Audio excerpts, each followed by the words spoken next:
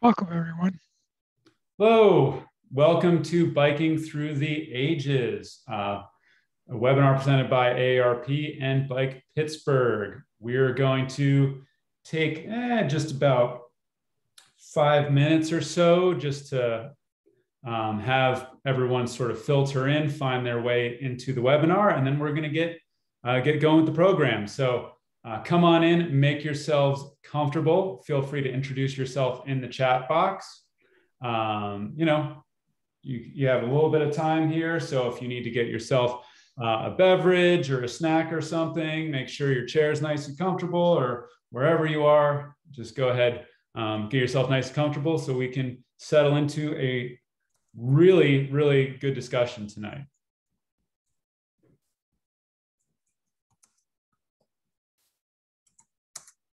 And once again, feel free to introduce yourself as you're joining. Hello, Beth Ann, nice to meet you. Mara, nice to meet you.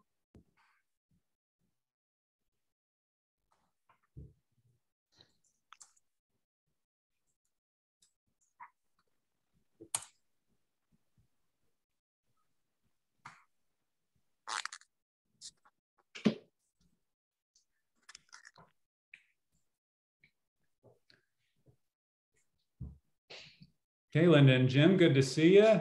Dave, nice to meet you. And I'm Ted, by the way. I'll be introducing myself a little bit later in the program. And our moderator is Christine. You can find her at the Bike Pittsburgh logo. So feel free to chat her directly. If you have any questions about the program tonight, technical difficulties, or any questions about Bike Pittsburgh that you would like, she can help you with that. Hey, nice to meet you, Tony.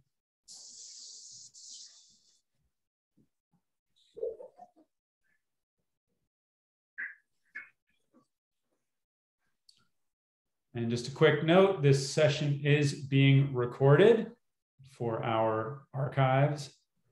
So you can chat with the moderator if you have any issues with that.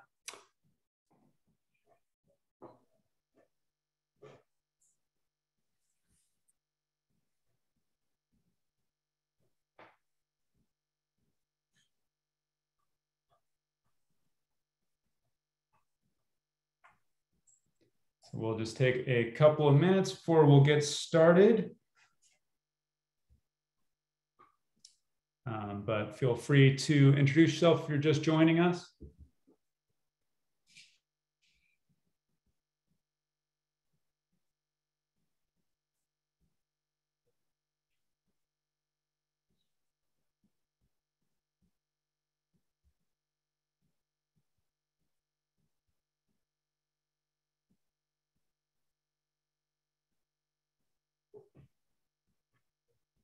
All right. Hello, Shelley. Nice to meet you. Hey, I'm John Zeller.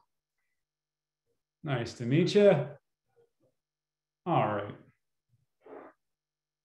Okay, so a few more people may be filtering in, but we're just going to get started with the program. So welcome. This is Biking Through the Ages from Bike Pittsburgh and Aarp. Once again, you can chat the Bike Pittsburgh moderator, who is Christine, who can help you out with anything. Tonight, you can use the chat bar to ask questions of our panelists, and you can also feel free to chat with each other, answer each other's questions, have a conversation. That's totally cool. So, couple of housekeeping items as we get started. You may notice in the upper right-hand corner, you can click on speaker view, and that's going to enable you to see the person who's speaking and not have to see everyone. That'll enable you to see more of our slides. And then again, questions, you can pose questions to the panelists in the chat bar. our moderator will help pose them to our panelists throughout the night.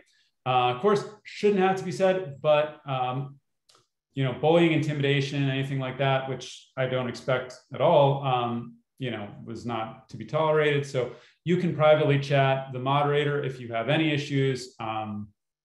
You know, we just put that on every session, though I don't really intend that we ever, you know, need to actually do anything regarding that. Because I know you're all wonderful people. Otherwise, you know, you wouldn't have signed up for this. So, and just another reminder that this is being recorded. So just to let everyone know that. All right, so a little bit about our organizations tonight. So I'm here from Bike Pittsburgh, as is our moderator, Christine. And for 20 years, Bike Pittsburgh has been transforming our streets to make biking and walking commonplace for all Pittsburghers in order to improve our quality of life and reduce the harmful effects of car dependence in our communities. We are a 3,400 member strong organization who's focused on advocacy, community, and education. And then AARP is another organization you might have heard of in your travels. And it's the nation's largest nonprofit, nonpartisan organization dedicated to empowering people to choose how they live as they age. With nearly 38 million members, so a couple more than us, AARP works to strengthen communities and advocate for what matters most to families, with a focus on health security, financial stability, and personal fulfillment. And I mean, I happen to think bikes have a lot to do with all three of those things, but we'll get into that in our discussion in a moment. We have Colleen Cadman from AARP here. Colleen, if you'd like to unmute and say a little bit about your organization. Yes, I'd love to. Thanks so much.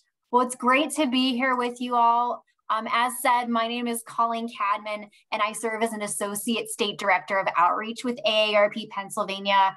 And I live and work right here in the city of Pittsburgh. So it's awesome to be at home with all of you this evening. I want to say thanks so much to our friends at Bike Pittsburgh and the amazing panelists we have this evening for this exciting event. We're really excited to have folks from just across the Pittsburgh region joining us today. So before we begin, I just want to share a little bit more briefly about AARP and specifically about our Livable communities work and how biking and street safety relates. So approximately 45 million Americans are age 65 or older. But what we're seeing is that by 2030, that number will reach 73 million Americans. So at that point, fully 1 in 5 Americans will be older than 65. By about 2034, the US will, for the first time ever, be a country comprised of more older adults than of children. Our AARP Livable Communities model supports the efforts of neighborhoods, towns, and cities like Pittsburgh to be a great place for people of all ages. We strongly believe that communities should provide safe, walkable streets, housing and transportation options that allow people to age in place, access to needed services, and opportunities for residents of all ages, ability levels, incomes, races, ethnicities, and other backgrounds to participate in community life. I'll go ahead and drop a link in the chat if you want to learn more about our AARP Livable Communities model. But here in Pennsylvania, we're particularly focused around the core areas of affordable housing, vibrant public spaces, and safe transportation. And we know that bike enthusiasts like yourselves and wonderful organizations like Bike Pittsburgh play a huge role in creating safe and usable streets for people of all ages in our area. I also just wanted to share briefly that AARP and I are always seeking volunteers to support our advocacy and outreach efforts for issues that most impact adults 50+ in our area. So if you're interested in learning more about becoming a volunteer with us, I'll drop a link in the chat for that as well. And without further ado, I'll turn it right back over to Bike Pittsburgh. We look forward to being with you for tonight's exciting event. Thank you so much, Colleen. I think there are many ways where our missions are really kind of harmonized around creating vibrant communities, creating safe streets, creating communities that can really live together and have safe transportation. And you know, I'm really excited about this event because I'm really excited to hear from our panel especially because I'm really, I'm aspiring towards retirement, and I'm looking forward to getting as much out of that time as our panelist does. Before we move on to them, just a quick introduction. I'm Ted. I'm the education manager at Bike Pittsburgh. I will be our master of ceremonies. So I'll be posing the questions to our panelists, kind of helping to keep the conversation going on. And we have Christine, who is our business relationships manager, who will be our moderator. You will find her hiding under the Bike Pittsburgh logo. Christine, you want to say anything? Happy to be here, Ted. Christine is always my co-pilot on these events, and I am deeply in her debt, as always. So yeah, feel free to chat her at the Bike Pittsburgh moderator if you have any questions. Other than that, feel free to chat each other. You can ask questions of the panelists. You can ask questions of each other. Have some good cross conversation. Keep things lively, keep things interesting. All right. So without further ado, we are going to introduce our expert panel. And I said earlier, we are deeply honored to have these four folks with us today on a nice summer night. They could be doing a lot of other things, but they're taking some time out to share their knowledge and know-how with us. And I think that you couldn't find four more knowledgeable people about biking in either the region or maybe even the country than we have here tonight. So we are really honored. So just to get a little bit more in depth with their stories. So first of all, we have Roy Weil and Mary Shaw, and I put them together because you often see them riding a bicycle together, though I assure you they are two different people, and they both are zooming in from different rooms right now. So just to kind of prove that. Roy and Mary are the authors of Freewheeling Easy in Western Pennsylvania, a guidebook to rails to trails and similar trails, and Linking Up, a planning and logistics guide for the bike trip between Pittsburgh and Washington, D.C. They cycle for recreation, commuting, and errands, and they look forward to resuming their annual week-long bicycle tours when the pandemic subsides. They also established the Trail Volunteer Fund at the Pittsburgh Foundation to provide grants to purchase tools, materials, and supplies to be used in volunteer trail projects that create, maintain, or enhance the network of trails for bicycle touring in Western Pennsylvania and the nearby areas. You might have seen their books at local bike shops or bike rental places, touring outfitters, at our office, but definitely they're well worth checking out. So next up, we have our friend Robin Woods zooming in for her second Bike Pittsburgh event in a row in the last 2 days. So no stranger to working with us.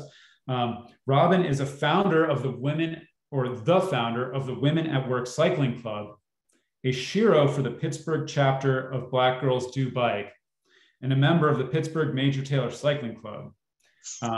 She is a League of American Bicyclists cycling instructor and is a previous and I guess current street team employee for the Pittsburgh Bike Share, which was Healthy Ride. It's now called Pogo. So she helps to kind of get people out on those bikes, which is awesome. She is, according to her many colleagues, a true go-getter and always ready to strap in, strap up, or get the wheels down. That is true. And last but not least, we have our friend Fred Zell. Fred is an accomplished cyclist and educator living in Pittsburgh. As a retired geologist, Fred has created a STEM and cycling curriculum that uses bicycles and experiential learning to teach fundamental concepts of physics and bike safety. As a volunteer with the Pittsburgh nonprofit Venture Outdoors, Fred is guiding groups of cyclists on geology and history-themed bike rides on each of the 25 major bike trails in Western Pennsylvania. During the pandemic, Fred created the Social Distance Cycling Club, a positive online community with 7,600 members in 69 countries. So if you've ever been, you ever checked it out, it's on Facebook. I think I'm a member. It is a very active group and probably the fastest growing Facebook page I've ever seen. So really impressive. And at this moment, during the Biking Through the Ages webinar, Fred is in the midst of a group bike ride on the 1,100 mile 9/11 Memorial Trail Ride. So that's something Fred will get to tell us about throughout this webinar. So without further ado, let's get into our conversation. So please, you can chat your questions into the chat bar, but keep in mind, we will follow the basic outline this evening of, the following topics, which is your biking story, staying active and getting back into riding, recreational riding and touring, and getting involved and getting back and giving back, rather. So just to kind of get our conversation going and give our panelists a chance to speak, we're going to go into our first topic. So let's jump on into that. And there's Robin Woods doing what she does best, really spreading the good word about bike riding here in Pittsburgh. All right, so first up, this is your biking story. So I'm going to send this one out to Robin first. And the question is, so what brought you to where you are today as a bike rider? What is your biking story? Hello, everyone. I rode a lot as a child in the city of Pittsburgh on the north side. I had 2 bikes as a child and a young adult. And then when I was in my early 20s, I'll say around 18 to age 20, I started riding again on the roads. And that stint didn't last very long. And around 2006, many years ago, the Pittsburgh Major Tailor became very popular. And through my brother and Pittsburgh Major Tailor, I began cycling again as an adult. And so that happened in about 2006. Major Tailor was born in 2004, the Major Tailor Cycling Club, should I say. Pittsburgh location came about in 2004. So I've been very active over the years with Major Tailor. And about 8 years ago, I became the shero for Black Girls Do Bike, founded by Monica Garrison. And during the pandemic, I developed, first of all, I lost my job in corporate America. And I started my own cycling company, Women at Work, during the pandemic. And I also became a certified instructor at that time. It was something I had wanted to do post-retirement, but that came a little earlier than expected. But believe me, it's all been a joy. So yes, so I started Women at Work 2020, and here, we are. And it's been a great experience, and we ride a lot. We practice on Mondays. We do a slower ride on Thursdays. I volunteer now. I work for Pogo. Once again, I was an temporary employee last summer, so I'm back there again. So right now, post corporate America, my world revolves around nonprofits and cycling, and it's a good thing.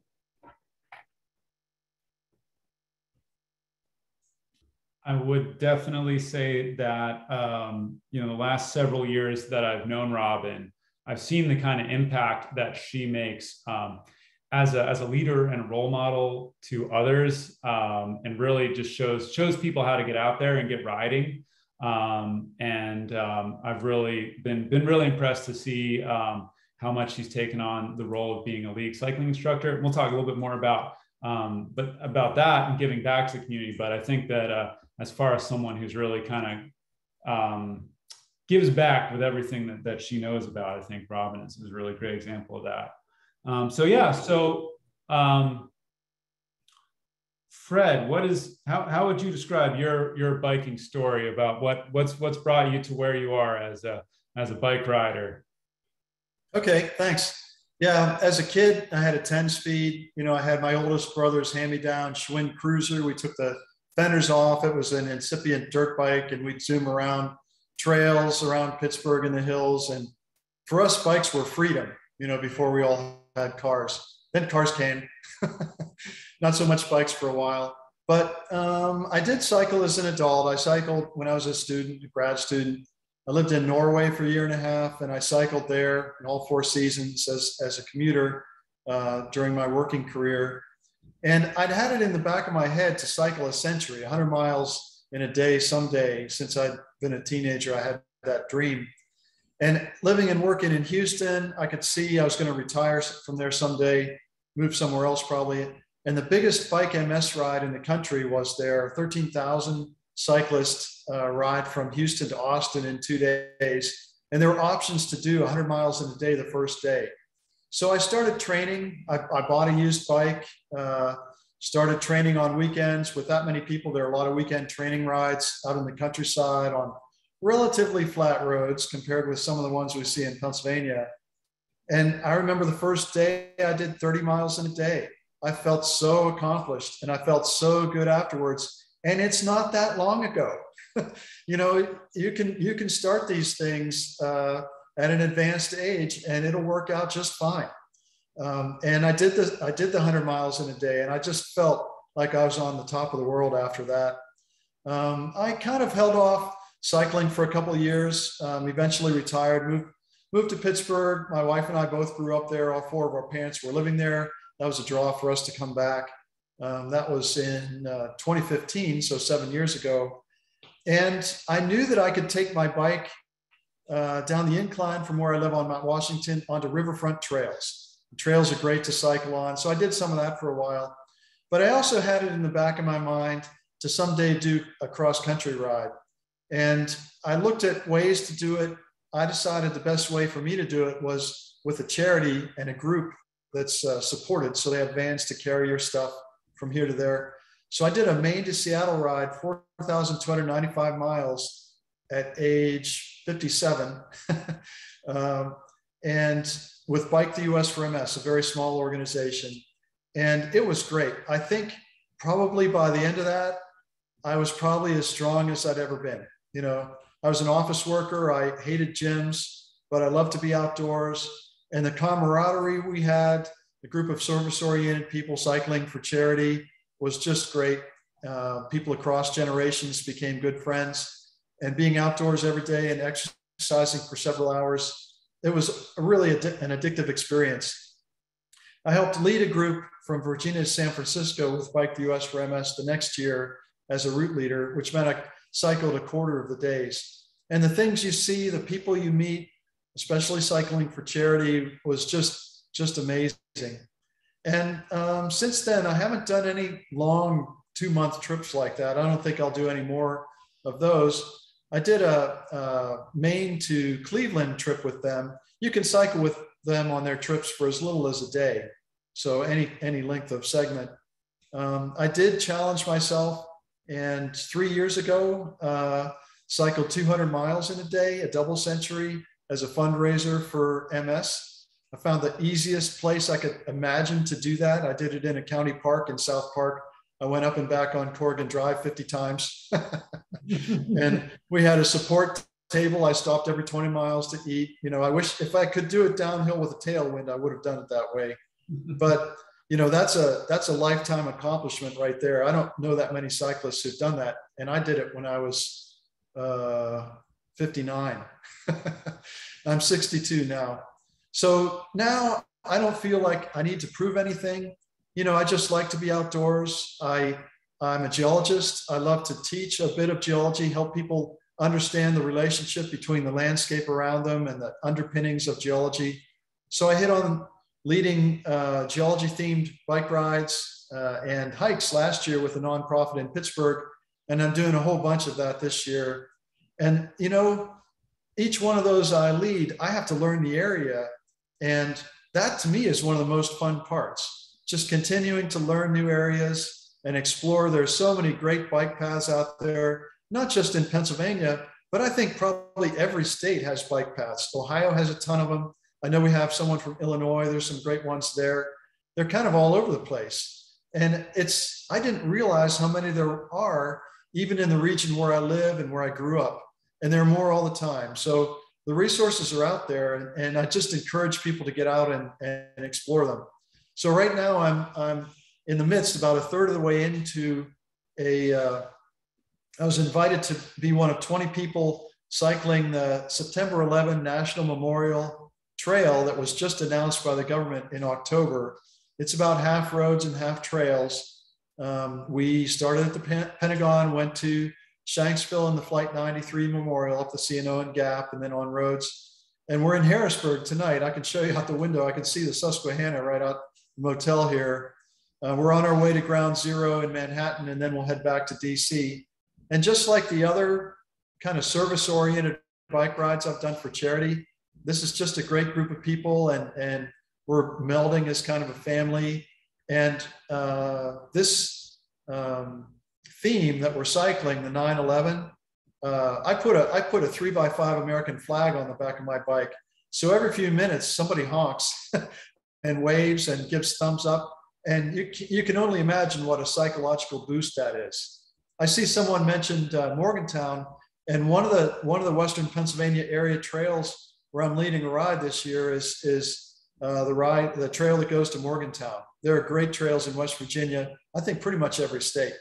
So that's kind of my story and where I am right now. Excellent.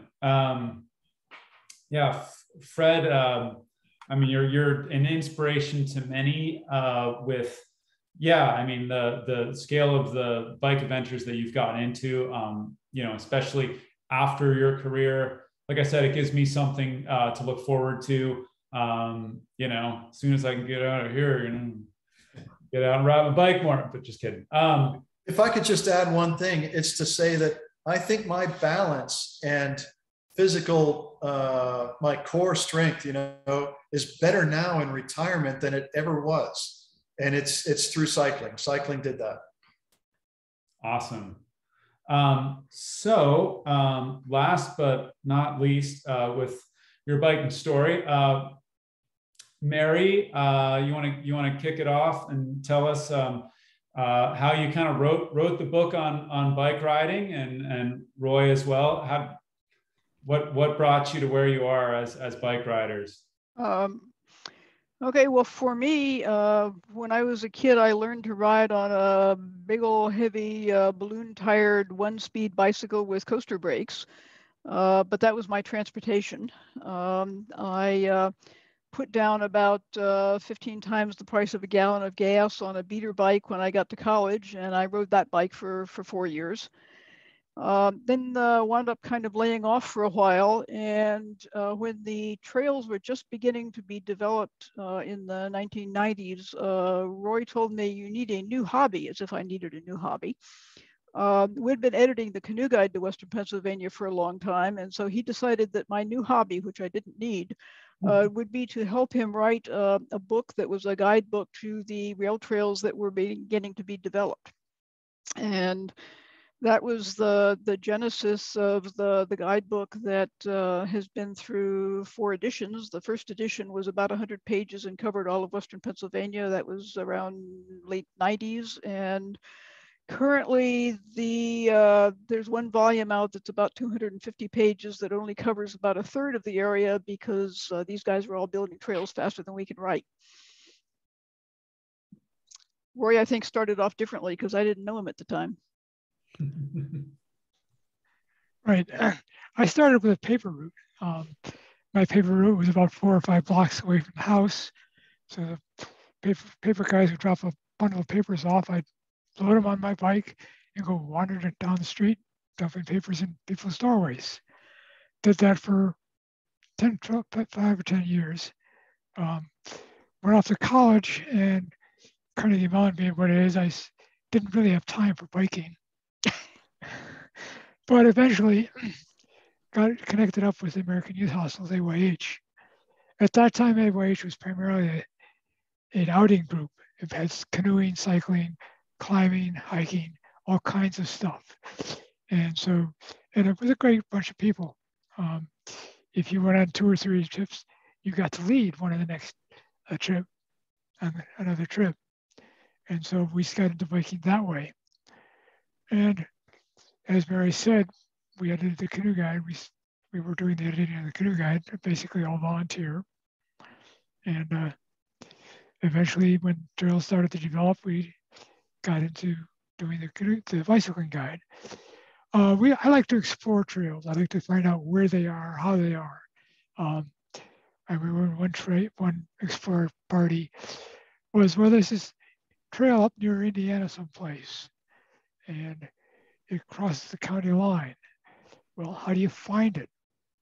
No web at that time, no guidebook. And so we went off driving around looking for it. And we said, well, it crosses the county line. Let's go where the county line goes, where the river crosses the county line. And sure enough, there was a trail there. We rode that trail. We had a lot of fun. And so we've done a lot of exploring on trails. And some people build trails. We write guidebooks for trails. And so that's kind of where we are. The Gap Trail, the Cumberland to Pittsburgh Trail came along. And as Mary mentioned, there was a lot of pieces of it that started to be formulating. There was a piece here and a piece there. And people were saying, well, it'll never happen. Why should they do that? And we decided that one of the ways to make it happen was for somebody to do the whole thing. And so we put together the first official Gap trip called the Yakatomic. Yuck, what a name. And at that point, there was no web. And so we started hiring up B&Bs and things like that. There were half a dozen B&B outfitters, outfitting half a dozen B&B organizations. And so if you wanted to find a B&B, you had to search through 5 or 6 different B&Bs. Well, after spending hours and hours on a telephone trying to put this trip together, we took our notes and wrote it up into the guidebook called Linking Up. And this then is the planning guide, not a guidebook, a planning guide for the DC to Pittsburgh trip. And so that's kind of where we're at. Yeah, I would add that that bicycle touring has been a central part of our summer recreation. And we have ridden DC to Pittsburgh probably about a dozen times. We prefer it as a camping trip. It's absolutely the flat out best camping trip in the East. But we have also toured a lot of other places. We've toured 6 or 8 times in Europe. We've toured in Canada.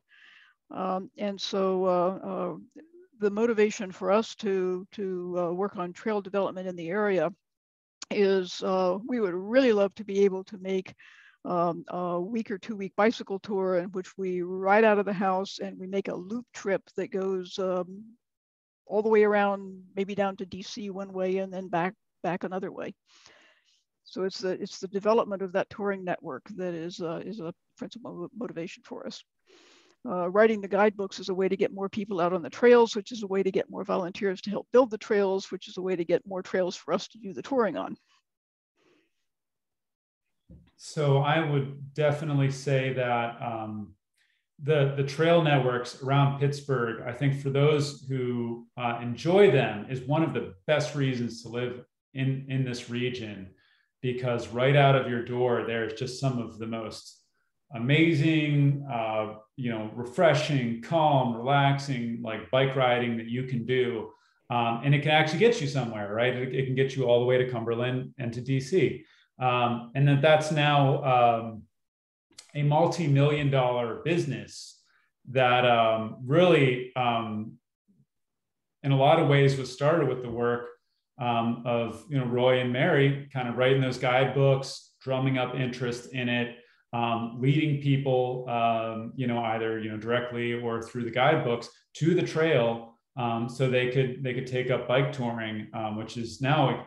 I worked at a bike touring outfitter, and we sent out hundreds and hundreds of people every year down the Gap in the CNO to DC, to camp or stay at the B&Bs and hotels and things. And it's big business, and it's really due in no small part to the trailblazing of Roy and Mary with your guidebooks.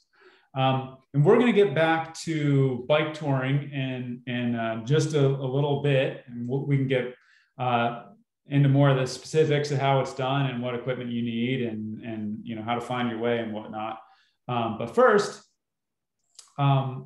one thing that kind of came up, I think, with everyone's introductions was the fact that, at least in this country, like many of us maybe start biking when we're younger and we're a teenager, and maybe we get into our 20-somethings, and, life happens and it gets harder to bike. And then maybe we take a break from it, and we rediscover it later as something like, oh yeah, biking is still good. We can still enjoy that. So just to kind of jump right back to you, Mary, what's your advice, say, for someone who's wants to get back into biking if they haven't done it in a while? Like, is there a certain kind of bike that you recommend, or like how does one get started if they want to start biking again if they haven't done it in a while? Well, since this is biking through the ages, I suppose I ought to start with the caveat that everybody ought to make, which is that if you haven't been active for a while, you ought to talk to your doctor before you jump back in. And now, having made that caveat, what I think is a good way is to just get started. I don't think you need an exotic training program. I think just get on a bike and find some place you're comfortable and start biking. You can do day trips on the local trails. They're not very far away. They may be accessible within 5 or 10 minutes of your house, but if you're not comfortable riding on roads, start on the trails. I would suggest that you find a really good bike shop and talk to them about the kind of riding that you want to do, and get a bicycle that fits you, and get some hints about how to set up the bike so that you can ride it efficiently, because that will make you more comfortable. But find a place you're comfortable biking. Do some out and back trips to find out what your stamina is, and then just keep riding, and you'll build it up more and more. But do find a bike shop that will help you get a bike that fits. There are a number of groups around to ride with, and if you find a group to ride with, talk to Robin. You'll get hints about how to handle the bike, and about thinking about road crossings and things like that. But it's not a big deal. Just get up and get going. The one thing I would add is that don't think about doing 100 miles, guys. First trip, 2 miles. 2 miles is enough to start with. Next time you go out, maybe it's 2.5, maybe 3.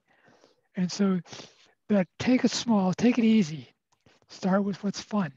Biking is supposed to be fun. If you come back hurting and it's no longer fun, forget it. You went too far. Yeah, I think sometimes, and maybe it's all of the marketing about bike racing and stuff, and watching people like suffer in the Tour de France and whatnot, that sometimes people think that cycling has to be about pain and really like pushing yourself past the limits, which I'll admit is a kind of fun, but it's not the only kind of fun. Yeah. You don't need to start with that. No, we did a pandemic project in which we knew a lot of people were getting on bicycles, and we live near Shenley Park, so we started out looking for mellow, non-threatening 2 and 3 mile loops around CMU and Oakland and Shenley Park, and we wrote them up and sort of put them out there, although they haven't got a lot of circulation. the loops interact. And so if we're riding from home, we'll say, well, okay, so let's do a merry-go-round followed by a cathedral and then back over overlook. And that will identify 3 of these loops and we know where we're going. And the point is not that we have a set of loops in Oakland that everybody ought to come and explore, but that pretty much anywhere you live, if you think about it and look around, you'll probably be able to find a nice loop of 2 or 3 miles that's using neighborhood streets and places where you feel safe. I'd say that the loops we made up were probably 50% on bike lanes or bike trails, and the rest was on the lowest traffic roads we could manage. So if you give some thought to laying out a route near home for yourself, then there's no big logistic overhead for getting out. It's a nice thing to do in the evening after dinner. I'll just, if I could just interject, I hope one of the points that's coming across here is that Mary and Roy have found a way to do things that they like and promote them that have benefited hundreds, probably thousands of people. And that's, you know, that's got to feel really good. And so everyone who's listening here, you know, you have something you're interested in, and if it can benefit other people in that way, it's a really cool thing, and it can live for a long time. It can go for a long time. Fred, I want to come back to that when we talk about giving back. So I had a question from an audience member that I wanted to pose to everyone, because I think this is something that you know, you all might know about. But so I included a picture up here on our slide of a recumbent bicycle, or I guess you could say this is a semi-recumbent bike. And this is a really good question because, you know, I've been in the bike industry for a long time, and shops I've worked at generally didn't have recumbent bikes, and they can be a really great option for people. Does anyone have any advice about where one can rent a recumbent bike or purchase one, or even advice about trying one out? I know, I think Roy and Mary, I think you've ridden recumbent bikes before, or might have some knowledge about that. Yeah, I'll name 2 places, but I'll make a distinction. The picture you've got here is of a 2-wheel recumbent bike. And if I were looking for one of them, I would go to Mount Airy Bike Shop, which is on just off the interstate on the way to Washington, D.C., a couple of exits east of Fredericktown, I think. But the recumbent we have is a recumbent tricycle. And let me just say a word about tricycles, which is that modern trikes are not like the trikes you had when you were a kid. Modern trikes have 2 wheels in the front and 1 wheel in the back. They're much more stable. And I know quite a few people who have discovered that they are not comfortable with their balance, and they have found great delight in riding tricycles. The place I would go to look for a recumbent trike is a shop in Lisbon, Ohio, whose name I don't remember. But I know that Jim and Linda have bought bikes there, and maybe they can drop the name of it in the chat. And both of the places I've named have routes nearby. In Lisbon, it's a trail. In Mount Airy, it's back roads where they will let you try out the bikes, so you can see if you're comfortable on the bike and see if they'll fit you. So I do want to introduce the modern tricycle into the conversation, because that's a real option for people who are starting to feel unstable on a bike. And I would add, I only tried one once, but a recumbent tricycle is really cool. They're really comfortable. They handle really well. You're more aerodynamic because you're like lower to the ground. I think those things are actually really cool. So that's not a bad option at all, if you can, you know, find one to try out. And ours is a tandem tricycle. It's the only tandem trike in town, I think. And we had some great rides this spring in wildflower country, because you can see a patch of wildflowers beside the trail and just stop the bike and look at them. It's no getting on and getting off. That's nice. That's a really nice amenity as well. So I'm gonna put this one to Robin. This next question. if you have riders who are maybe coming back to you, you know, to kind of help sort of get them back into riding, and let's say they've fallen off their bike before and they're discouraged, you know, or maybe they're afraid to get on the roads. Maybe they've had a crash in the past, or maybe they're afraid of having a crash. What's some advice you would give to kind of encourage people to get back out there? Yes, that's a great question. What I would encourage, and from my own experience, is soon as you are mentally and or physically able, is to get back out there. The longer you delay, you know, the more apprehensive, you know, you will be. So as soon as you're physically comfortable, and especially if you have someone to ride with you, I would reach out to a friend as soon as possible, or a bike group, and explain my situation, and to see if someone was able to help me along with my journey, and or reach out to one of the local LCIs like myself, Fred, or even Ted, and or Christine, that can assist you in gaining your confidence again, because it does kind of erode your confidence, you know, if you have an accident, and rightfully so. But I think the key thing is, once you have medical clearance, is to get back out there as soon as possible.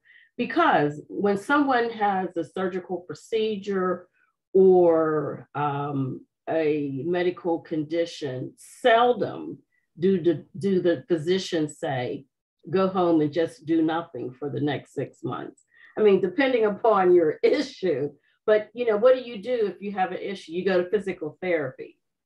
And I know for knee surgery, one of the things is riding. Even when I had a neck injury from being in the gym, cycling wasn't part of my physical therapy, but doing the arms, cycling with the arms was. So never have I been advised, and trust me, I've had issues, never have I been advised just to sit home and to do nothing. So I would say get active as soon as possible. And when you're not cycling, to stay active, walk, hike. The sooner you get to moving, the more confidence you will gain. But reach out, get in the middle, do some networking. And now, unlike back when Roy started, he and his wife started, now there is the internet. You can Google anything or just about anybody and get the information you need. I think that's a really good point. And also, I didn't mention earlier, Robin, that not only do you lead bike rides, but you also lead hikes with people. Yes. And I think hiking or just walking around your neighborhood is a really great sort of, you know, biking alternative that's commensurate with biking. You know, all the things that you do walking and hiking, I think really helps to builds your cardiovascular system, builds your strength, helps you bike. And I would add to that too, you know, and again, like, speak to your doctor, but one thing that's really nice is if you have a bike that you haven't ridden in a long time, and maybe you're not comfortable riding the road yet, you could get a trainer that can hold your bike up, and you can pedal on it inside your house in the basement. That's something that I did when I was recovering from an injury. And that's a really good way to, you know, just kind of get some of that fitness back, get back into the motion of it before you can do it out on the road. And, you know, you don't have to spend a ton of money on a trainer. People buy a lot of smart trainers these days. They're expensive. They hook up to the internet, but people are getting rid of a lot of their old trainers now. They're still great for just being able to ride around inside, great over the winter. So I recommend that as well. And here's a question I want to pose to everyone. It's a bit of a hot button issue in cycling these days. E-bikes. Do you own one? Have you used them? Do you have advice for people who want to try them out and don't know what to do with them? I could just throw this open to anyone who has some experience. I'll take that one, Ted. And only because I rode and pedal assist, also known as an e-bike, yesterday for the first time as a part of my training for Pogo. And so if I were out there renting a bike myself, I probably would not have chosen that one simply because out of fear. But I thought it was going to take off like a motorcycle, but it really doesn't. You actually have to pedal. And I've heard people say that, but you don't know until you know. So the pedal assist bike is a great option for those who are just getting back into cycling, or for those who need some assistance to go up the hills in Pittsburgh or anywhere else for that matter, until they're able to power through on their own. That's if that's their goal. That's a great alternative. But I rode one yesterday from the Pogo office downtown to the point and back, and it was lovely. And one of the things that I kept saying to myself, there is no reason for anyone not to ever ride a bike with the pedal assist availability through Pogo. Because actually, as long as you have your balance and some skill set for riding, you can go just about anywhere you want on the pedal assist or e-bike. Yep. So we got e-bikes during the pandemic. My office had been moved to a little farther away, and I knew I wasn't going to walk back and forth. It's uphill coming home, and I knew that I probably wasn't going to want to ride my regular bike uphill home at the end of the day. And bikes were in short supply everywhere. So Golden Triangle was selling off their rental fleet, and it was just so opportunistic that it was available now, not 6 months from now. I knew it was probably going to be a commuting thing in my future, and we went ahead and bought used e-bikes, violating all of the rules about making sure the bike fits you and so forth. We just picked out the best we could from what they had available. And I was surprised by several things. One is that even with the weight of the battery and the extra mechanism, it actually rides easier than my old single. So this is a pure pedal assist bike. It doesn't give you any power unless you're actually pedaling. And this one is designed so that it doesn't have a mind of its own. It just, every time you click in a little more power, it amplifies the power that you're putting in. So it's like every click of extra assist you give it, think about it as taking 10 years off your legs. And another thing that surprised me was that I don't accelerate really fast. And so if I am in traffic crossing at an intersection, being able to get a quick start to get across the intersection while the cars are still kind of deciding whether they're going to pause, this is a big advantage to me. And so the ability to just drop in an extra click of power and get quickly across an intersection, that's great. I am now running errands in the hillier parts of Pittsburgh that I probably haven't done for 10 or 15 years. Because the power is there and because it doesn't wear me out to run up and down hills all afternoon. So that's the upside. You'll hear a lot of people dissing them. You'll hear a lot of complaints about irresponsible e-bike riders. I think that the complaints about irresponsible e-bike riders are kind of like the complaints that motorists have about bicyclists in general. The data says that probably 15% of bicyclists ignore the traffic laws. It also says that the same fraction, possibly a little more, of automobile drivers ignore the traffic laws. And that includes, 40 miles an hour in a 25-mile zone. I suspect that probably about 15% of e-bike riders behave badly. If you go out on a trail, probably 15% of pedestrians are walking 5 across and won't let you through. So I think it's not about the thing that you're riding. but about the way you're riding it. And that for whichever kind of bicycle or e-bike or pair of sneakers or whatever that you got out there, that there'll be some number of jerks, and it's about the same number of jerks independent of the mode of transportation. So I think that e-bikes, and for that matter, scooters and Scoobies, are really interesting additions to the mobility options. And the more we can get people out of their cars into other options, the better off we are. To be a little technical, both of these people have been talking about pedal assist bikes. As Mary said, it doesn't go unless you put power into it. There are 3 classes of e-bikes. Class 1 is the one they're talking about. Class 2 has a throttle, and so you can then sort of set it and it will go that fast, although it does cut out at 20 miles per hour. It doesn't go any faster than 20 miles an hour. Trails around here typically have a 15-mile-an-hour speed limit, so that is an issue. And then there is the class 3 bikes, which will go faster and which will go throttle only. So you can just simply sit there and go like a motorcycle. So I would encourage you, when you're looking at it, think about a pedal assist rather than the class 3 bike. And be aware that the rules on the trails are a little bit different and somewhat ambiguous, but the trails around here permit class 1 pure pedal assist, no power if you're not pedaling bikes.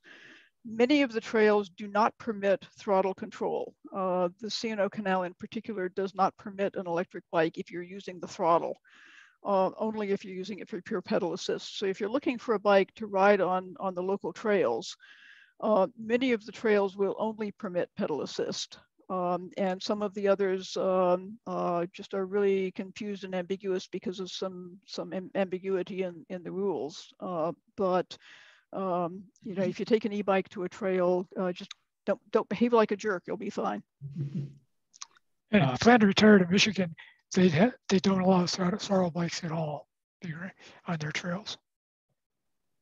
And I think Mary and Roy are absolutely right. I'll second that. Don't be a jerk. You know, the trails have a 15-mile-per-hour speed limit. Most people who ride a traditional, what some people call acoustic bike with no power assist whatsoever, can break the 15-mile-per-hour speed limit easily. So really, it's about how you ride it. And I would also echo something that Mary said earlier, particularly with e-bikes, and that is get to know your bike shop, build a relationship with your bike shop. I would highly recommend buying an e-bike from a reputable brand.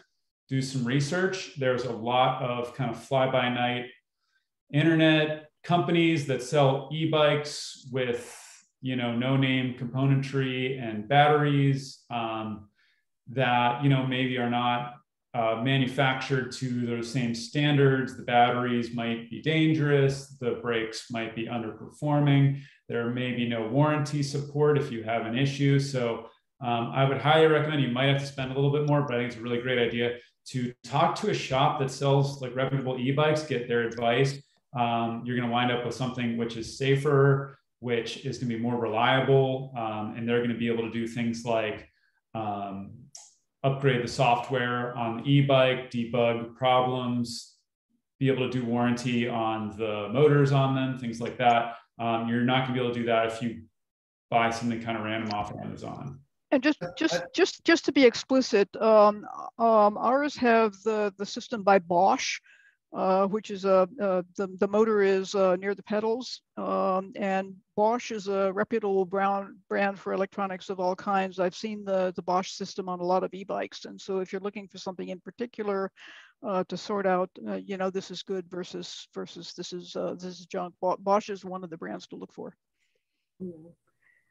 For some of the local bike clubs, Women at Work, Pittsburgh Major Taylor, Western Pennsylvania Wilman, which is now Western Pennsylvania Bicycle Club, of which I'm a board member of. I have to throw that out there.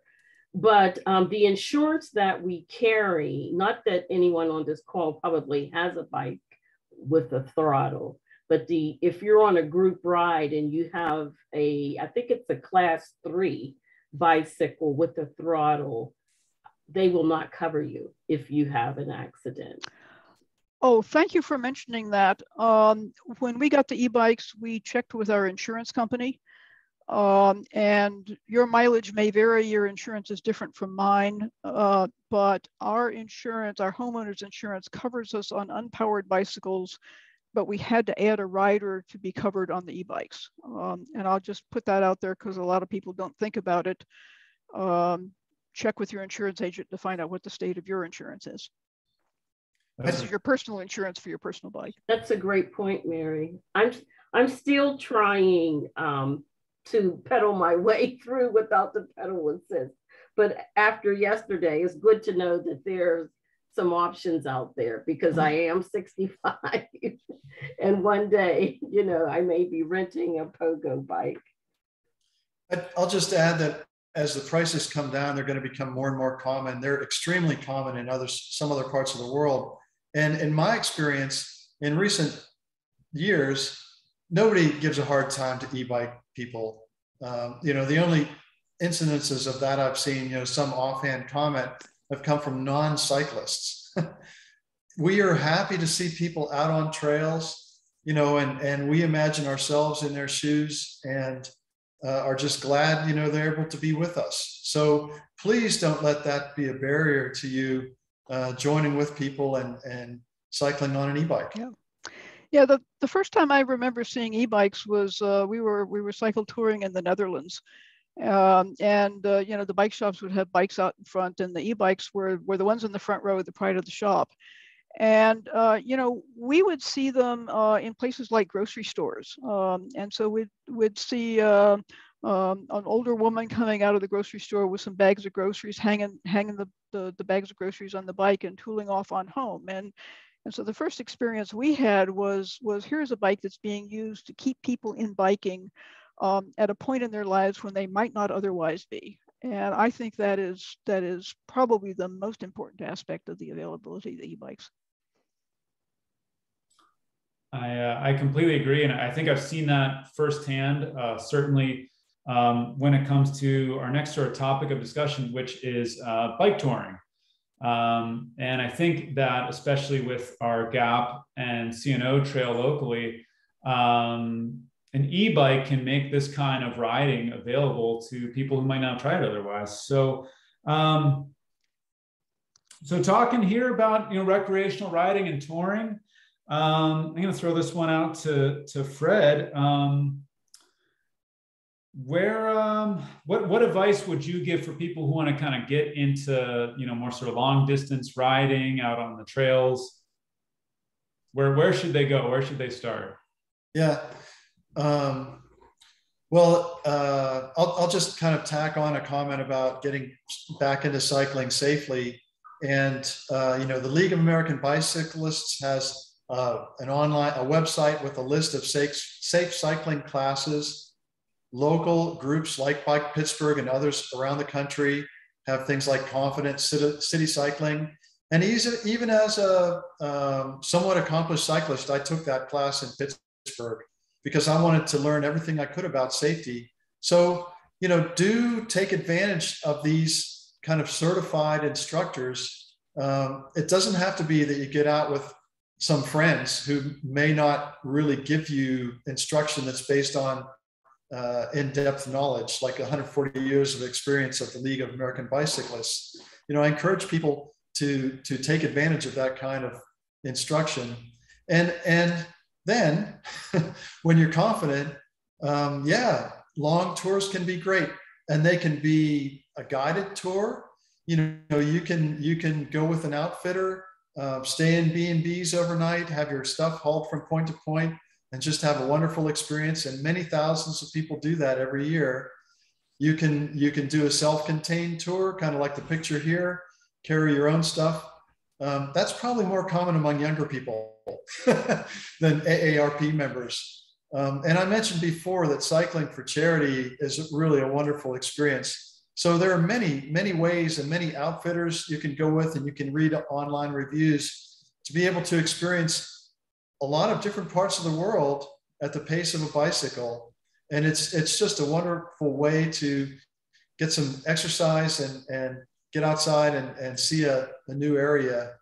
And it doesn't have to be a really tough experience. It doesn't have to be an edgy adventure to be able to do that. If you want to just get a taste of it, without looking up an outfitter and doing elaborate logistics and things like that, find a way to carry something on the bicycle, not on your back, please, but on the bicycle. And pack a change of clothes and a lunch and make a reservation at a B&B. If your normal daily riding distance is 20 miles, pick a stretch of the Gap Trail that's 20 miles long with a B&B at the end. Park your car, make arrangements, let somebody know you've parked there, bike up to the B&B, have dinner in town, have breakfast there, and bike back again. That's about the lowest key way I can think of to try out whether touring is for you. It's not a big deal to carry a couple of changes of clothes on your bike. Doesn't require a lot of exotic equipment, and then you can figure out where you want to go from there. And I think we're, again, we're really fortunate having the Gap Trail and the CNO. And Roy and Mary, you could probably tell me this more specifically, but I think that once you get on the Gap itself, I think there's a place to stay almost every 20 miles, for most of the duration of it. Yeah, there are some sections of the CNO Canal where it's 30 miles between lodging, but I think you're okay on the Gap at 20 miles or so. So you have this opportunity where, you could do an overnighter that's 20 miles each way. You could do an overnighter that's 40 miles each way. You could do an overnighter that's 60 miles each way. If, for instance, you were looking to really kind of build up your stamina, right, for longer rides. Again, the more things you carry, as Mary alluded to, on your bike, that's probably going to limit your range, because it's harder to push a bike that has more stuff on it than one that's a little lighter. And beauty of staying at the hotel or B&B is you carry less stuff, right? You have to carry a tent. Yep. And I'll just mention that, we're talking about the Gap and CNO a lot, but there are probably people in this from other places, and there are experiences like this all around. And there are organizations like Road Scholars who can give you the kind of experience you're looking for if you're not really needing to ride, 50 miles in a day or something like that and have a supported experience. There are lots of outfitters all around the world who could give you that kind of experience. So you'll be able to tell by now that Fred likes outfitted trips and we lean to independent trips. Those are both fine ways to do it. It depends on your tastes. And one of the things in our planning guide is how to figure out, do you want a supported trip? How much support do you want? How do you make those decisions? But it's absolutely true that you can make at least overnight trips on quite a large number of trails. There's a trail system between Pittsburgh and Erie that is still fragmentary, but there are at least 2 segments of it that are long enough to do overnight trips that have the B&Bs. And so if you're northeast of town and want to ride up along the Allegheny and the Red Bank, there's opportunities for overnight stays there also, because what you need is a piece of trail that's long enough to go out for a day and come back, and has a B&B situated where you can stay there. Yeah, one of my favorite trails in Pennsylvania is the Allegheny River Trail, especially out of Emlenton, north of I-80. And you can go up there to Franklin. She's right. There are a lot of other trails. That one's paved, by the way. It's asphalt. Right. Yeah. So kind of moving on from, maybe going on these tours where you're carrying a lot of stuff. If you're going out for recreational rides and you want to join a group or a club, how do you get started? How do you find groups or clubs to ride with? And this one is, I wrote this one for Robin. So, because you're a member and president of some clubs. So what's your advice for finding a good club to ride with, or even starting your own club? Oh, you're on mute.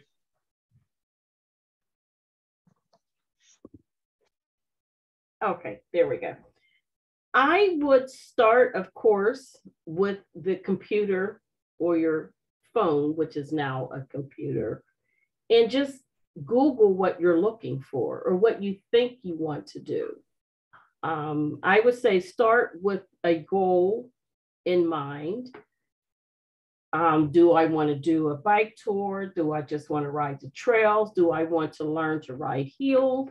Do I want to learn to get back into cycling? So whatever your goal may be, I would research the internet for different bike clubs. And that's all you have to do is put in local bicycle clubs. And believe me, you will get a lot of information and learn about your advocacy groups too. One of them being Bicycle Pittsburgh. Bike Pittsburgh, they have a calendar which lists many of the bike rides around town and out in the suburbs. So, so becoming very familiar with Bicycle Pittsburgh or Bike Pittsburgh is a great resource, because once you are a member, you will get updates, you'll get newsletters, and it really keeps you in the middle, and it will help you to network. So I would say reach out on the internet and network with people you know.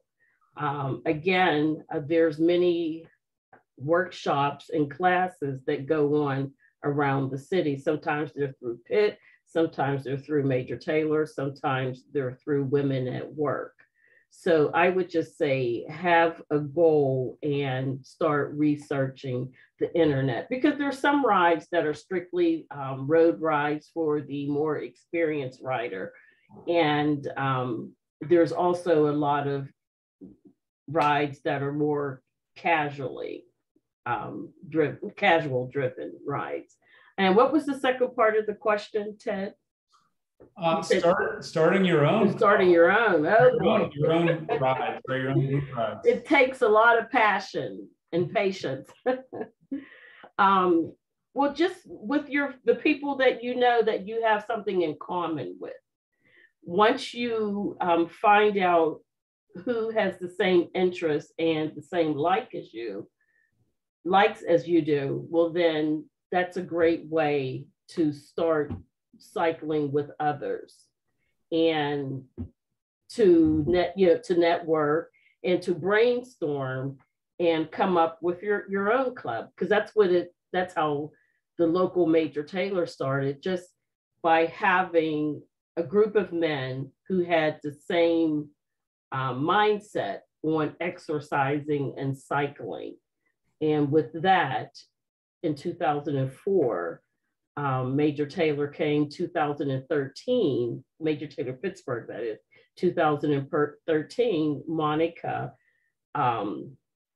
had an idea of creating a safe place for women of color to ride, because historically cycling, many years ago has been a predominantly white male sport.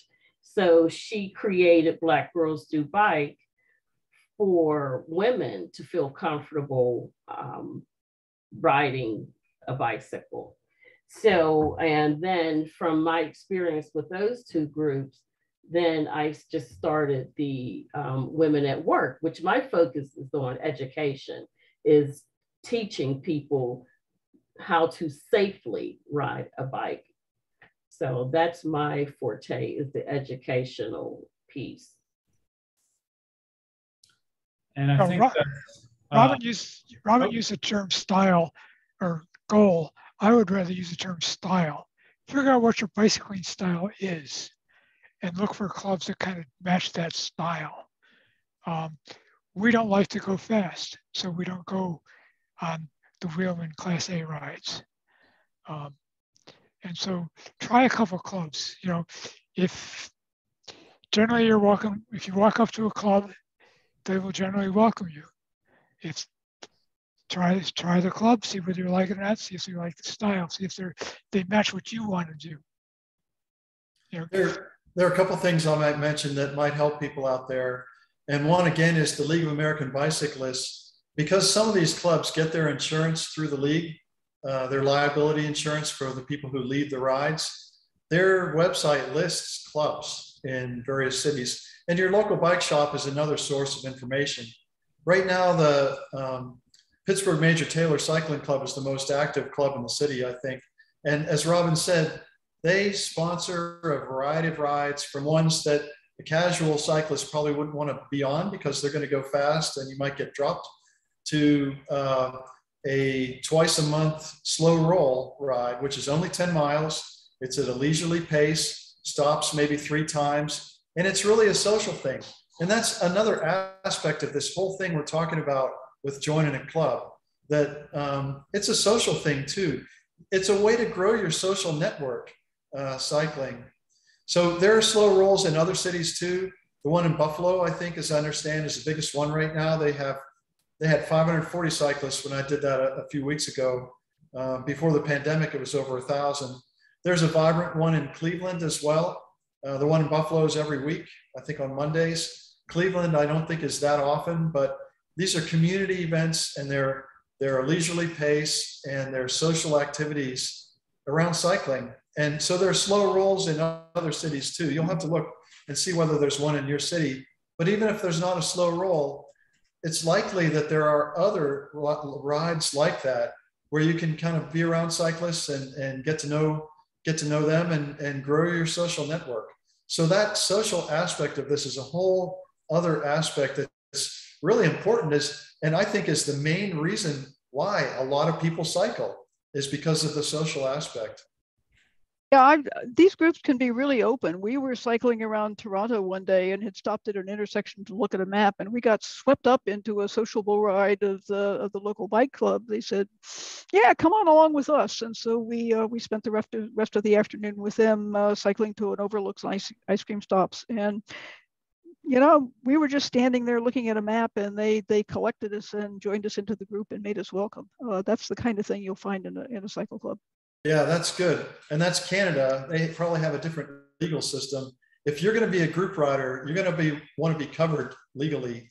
Robin and I are both certified league cycling instructors by the League of American Cyclists. So if we want to put together a ride, it's pretty easy for us to get that covered by the league's liability insurance. That's why clubs have that kind of insurance. So if you're thinking about starting your own kind of thing, that's a way to do it. You don't have to be an LCI, I think, to get your club insured, but that is one way to do it.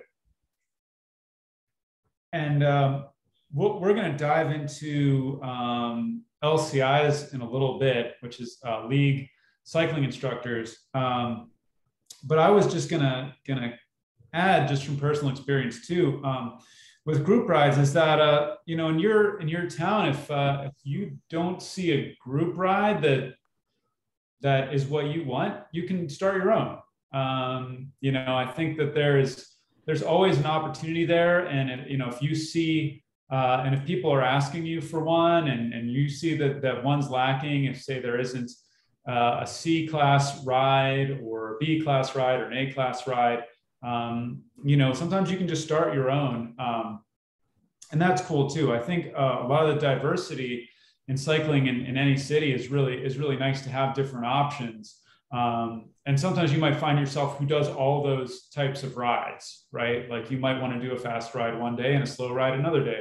And it's nice having options.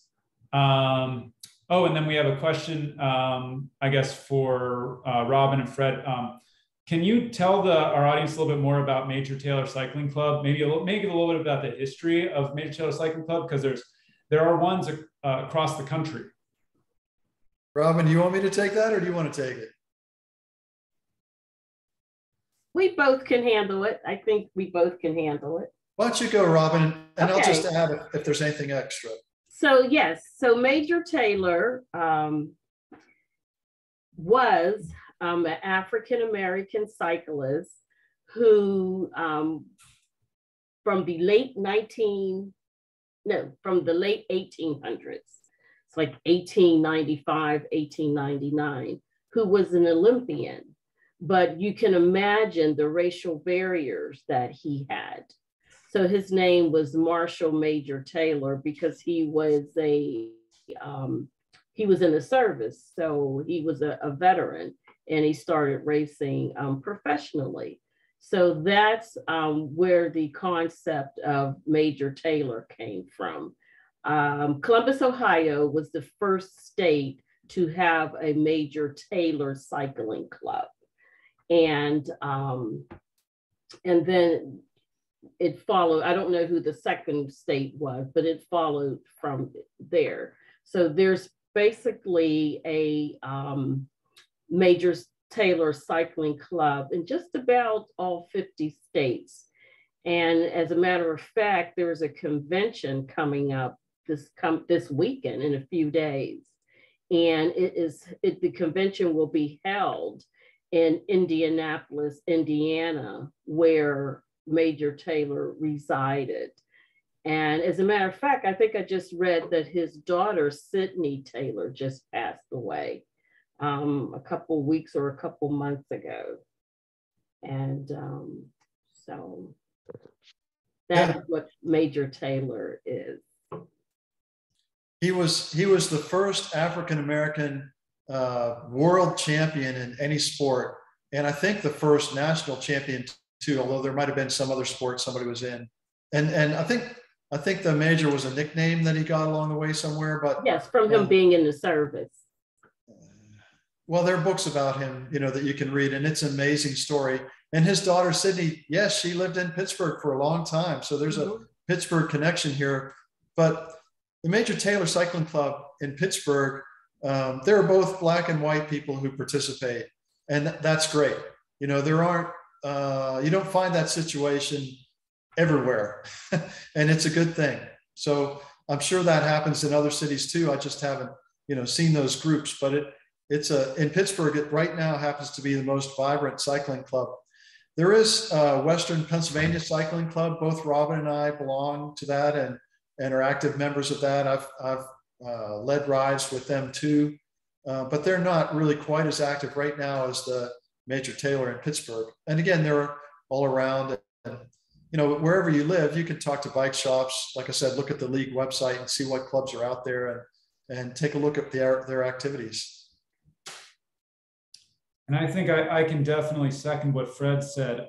I think that the Major Taylor affiliates, especially here in the region, and I imagine nationwide, are really the leading edge as far as growing cycling as an activity. They're getting folks who are underrepresented in cycling into it and interested in it, and really setting a great example. Also getting a lot of young folks, a lot of teenagers getting involved in cycling who may be athletes, who do other sports. They may be aspiring athletes who haven't found a sport, like myself, who didn't like any of the sports that were on offer traditionally in high school. And then all of a sudden they're like, well, try bike riding, and kids love it. So I think Major Taylor in Pittsburgh, they have their youth centered affiliate, which is called Major Force, is doing a lot just to make cycling available to folks who are underrepresented in it, and is a really positive, excellent group. And an example of what a good biking club can do, right? It's not about excluding people, but it's a club that actually keeps bringing people into it, which is awesome. And I think that's a perfect segue to talking about our sort of last topic here, which is getting involved and giving back. And I have a picture of someone here who might be in the audience because I think he registered. But this is Dave, who is a longtime volunteer and helper with Bike Pittsburgh, who is also a tour guide here in Pittsburgh and leads lots of informative bike tours around the city. But yeah, getting involved and giving back. One thing that both Robin and Fred brought up was being league cycling instructors. So talk about that. What's a league cycling instructor? Why are they important? What do they do? You want to start this one, Fred? Okay.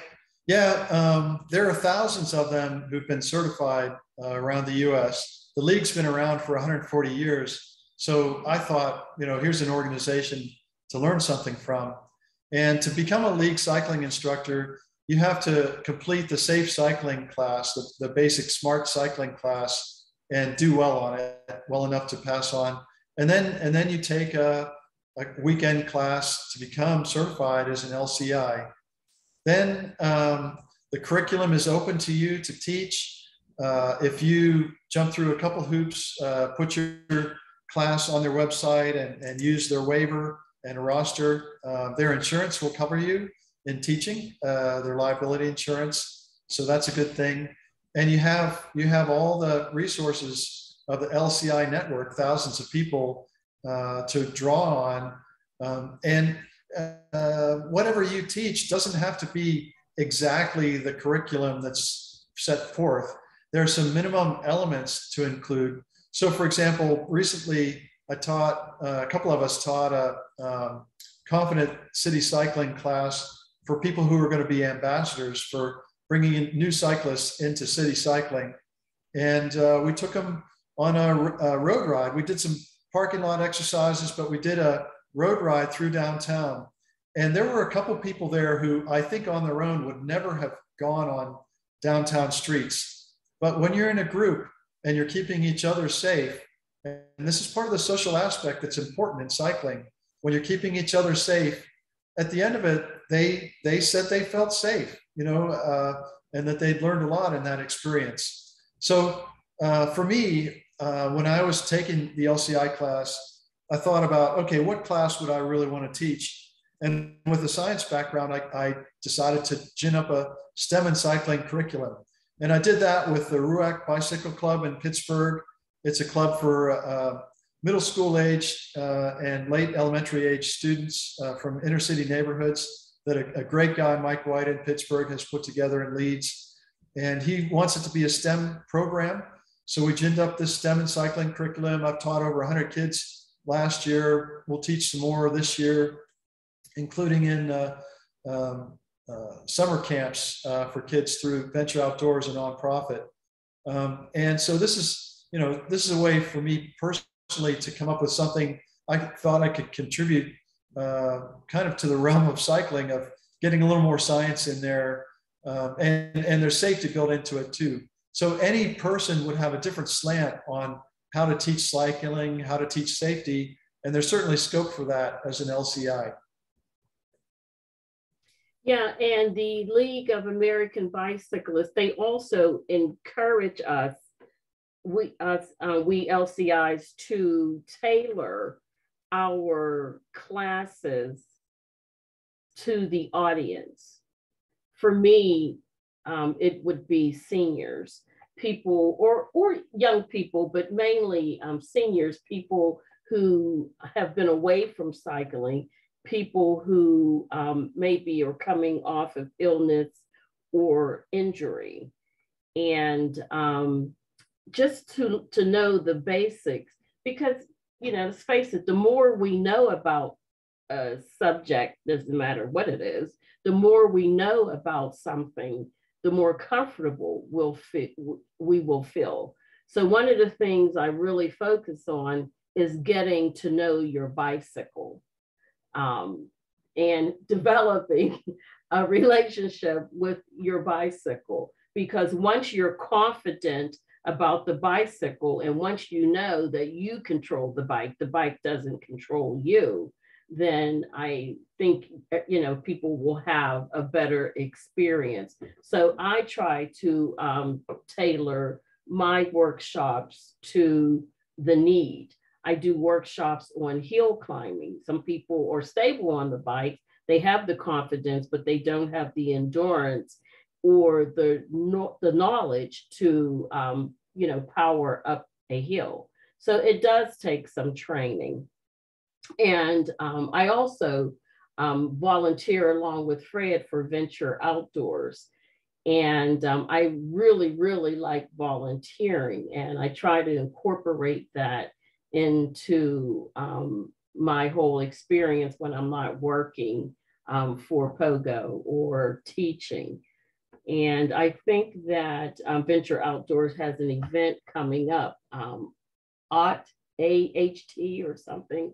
But yes, I've volunteered for Bike Pittsburgh for years because they are very strong in making sure that the cyclists are safe, and they give away lights and they give away helmets a couple times a year. So that's where my volunteering first started. And then I started volunteering for the annual Bike Pittsburgh ride, which is coming up in August.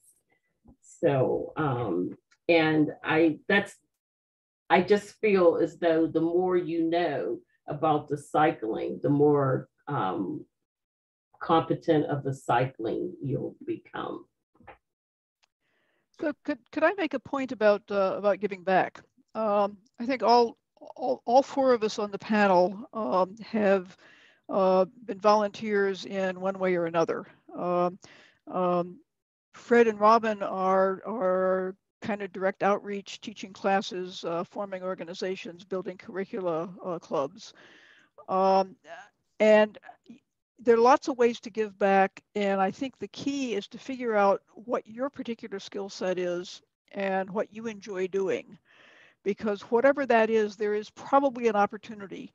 You know, your local bike trail organization, if your skill is bookkeeping, there's probably an organization near you that would dearly love to have your bookkeeping skill in the back office. You don't have to be out front. My skill set is in writing and design. And so I've given back by writing guidebooks. That designing good guidebooks is actually a bit of an art. And I also spend just an abominable amount of time in public meetings dealing with really dreary subjects in Zoom sessions about bicycle infrastructure in town. It's very tedious. It takes a long time to get things done. There are many people with many different points of view, and you just have to exercise enormous patience. Doesn't show up in public, but when they and you know, when there's a piece of infrastructure being done, half the work is already done before they break ground because people have done the planning and they've worked through the details. So my point is that you know, I have a skill set that runs to those activities. Fred and Robin have skill sets that run to the things they've been doing. Roy could talk to you about not only guidebooks, but about actually moving dirt to maintain trails. Whatever it is that you find rewarding, there is probably a place at a local bicycling organization where you can put that to good use to give back in a way that lets you feel rewarded. And I will now turn it over to Roy to talk about maintenance, because these trails do need to be maintained, and they're all run by volunteers. That's true. Somebody needs to cut the grass. Yeah, I work for the Steel Valley. I volunteer for the Steel Valley Trail. I don't work for them. I volunteer for them. I run a bulldozer occasionally, front end loader, pick up dirt that came down the hillside and land of the trail and take it off the trail. Real interesting stuff. Spent last Wednesday cutting back vines. The vines, you know, that kind of lean out over the trail and hit the cyclist in the face. So 4 of us sat there, just whacked away at all the vines along the trail. And so there are things like that need done. We built benches, we built picnic tables, we built viewing platforms. And they're wonderful, Roy. Thank you. A lot of fun. We paid out graffiti. You know, we've got the nice Keystone wall alongside the Keystone medals out there by the Eagles. By the Eagles, that continually gets graffitied by us. So we go and paint out the graffiti. So there are things to be done on a trail. Look around, see what you can do. Obviously, litter pickup is one. Turns out that if you clean up litter, that it doesn't come back as fast. So when you're out there at a trail and you're sitting at a picnic table and you see litter, pick it up, put it in your bag, throw it away. Yeah, and you don't even have to wait for a litter pickup event. You can carry a plastic bag with you and pick up the litter as you ride. Yeah, one of the other things I do is watch the Planning Commission. Pittsburgh Planning Commission meets bi-weekly, and they put out an agenda. And there's all these events going alongside the trail. And so when a building comes up, I go down there and say, hey, what about the trail along the trail? You're going to keep it open? You're going to provide a sufficient detour? Somebody's got to do it. Sometimes I'm the only guy there that's saying what's worried about the trails. It took a while, but Pittsburgh planning now is very conscientious about trails. I think partly due to the fact that somebody kept showing up and asking about them, and partly because of the mayors that were interested in them. It's dull and tedious and necessary. You got it. A lot of our bike trails and the great bike facilities that we have in the region and nationwide, whether it's on the road or off the road, it's like sausage, right? It's a great product, but no one wants to see it made because it's a lot of meetings and it's a lot of advocating and it's a lot of, asking what about the trails? What about our connections? Every time there's a detour or construction or a landslide, what about the trails? So I really appreciate, I've been in a minuscule fraction of the amount of meetings that Roy and Mary have been in, but they're in every single meeting that I'm in. And that is definitely a place where you can really get involved. And you're right, you can move the dirt around, right, with a shovel, but you can also show up to these public meetings, especially when it's new infrastructure, and to really advocate for that, especially when it's on-road infrastructure that can make cycling more safe and more available to people. To be there to advocate for that, because it doesn't advocate for itself. Yep, we've been spending a lot of time on the Fern Hollow Bridge, and we'll see you Thursday at the Swinburne Street Bridge meeting. I would ask about that, but I don't want to get us too bogged down into local Pittsburgh issues. But wherever just let it suffice to say that Pittsburgh does bridge repair, renovation, and reconstruction from time to time, and it's really important for the bicyclists to show up and lobby for our share of the surface of the bridge. Can I bring up another theme of outreach? So I'm a geologist. I love geology. And one of the things I love is sharing with people how the shape of the land and land use relates to the underlying geology. Because I remember when I first learned that as a teenager. And bikes turn out to be a great way to learn and teach that because you experience the landscape with your pedaling and you see it all around you. So last year I hit on the idea of creating kind of cycling trail themed geology talks and putting them on YouTube and linking them to the rail trail groups, the various trail groups. And this year I'm leading a bike ride with Venture Outdoors on each of the 25 major bike trails longer than 10 miles in Western Pennsylvania, West Virginia, adjacent Ohio. And I've fit them into 6 themes. And so far in that 22 to 22 series, I call it, so far I've made 5 of the 6 videos and they're all online. They're all kind of long. They're like an hour each. So you're going to have a beverage to sit down and watch them. But each one covers a different aspect. Like the glacial theme talks about climate. There's a lot about climate in there. People want to hear about climate from a PhD earth scientist. Here you go. Cycling's in there too. The one on the Laurel Highlands talks about the relationship between the shape of the land and the geology all across Pennsylvania, not just in the Laurel Highlands. The one on the low plateau where Pittsburgh is talks about energy resources, coal, oil and gas, wind, nuclear, other energy resources. There are lots of history stories in there too. So I mention this because some people might be specifically interested in that, but I also mention it along the theme we're talking about, where you may be able to find some, especially maybe you're interested in railroads or history or some aspect, and you can probably find a way to combine it with cycling. I'll put in the chat a little more information about what I'm talking about with those YouTube videos. And as someone who studied a bit of history in in college, biking is one of the best ways to actually be able to stop and read the historical markers when you're going. So it's a really great way to kind of get up close and personal with the history and the nature. And of course, as Roy and Mary pointed out too, you can stop and watch some birds, maybe pull your bike off the trail, but you really get to experience things directly. And I think it's a really great way just to engage with the world around you. I love it, and I'm hooked. Birding would be a great contribution. For somebody to come up with a birding guide to bike trails by seasons, that would be wonderful. There are a number of Audubon designated important birding areas on the trails, which we mentioned in the guidebook. So, and I'll just add the one last thing I'll say about this, and I really appreciate, having our work plugged here at Bike Pittsburgh, and I'm just going to plug it a little bit more.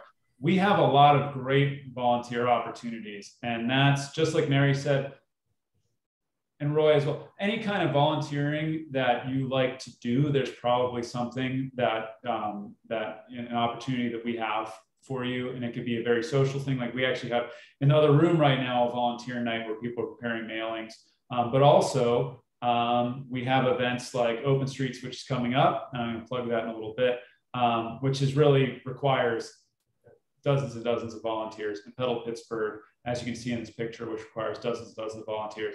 So there are a lot of opportunities to volunteer for us or other organizations closer to where you are, whether it's your bike advocacy organization or a trail advocacy organization, which needs help clearing the foliage or advocating for a project. There are all sorts of opportunities to get involved. Or even a school or youth program that needs someone to go on bike rides with their kids.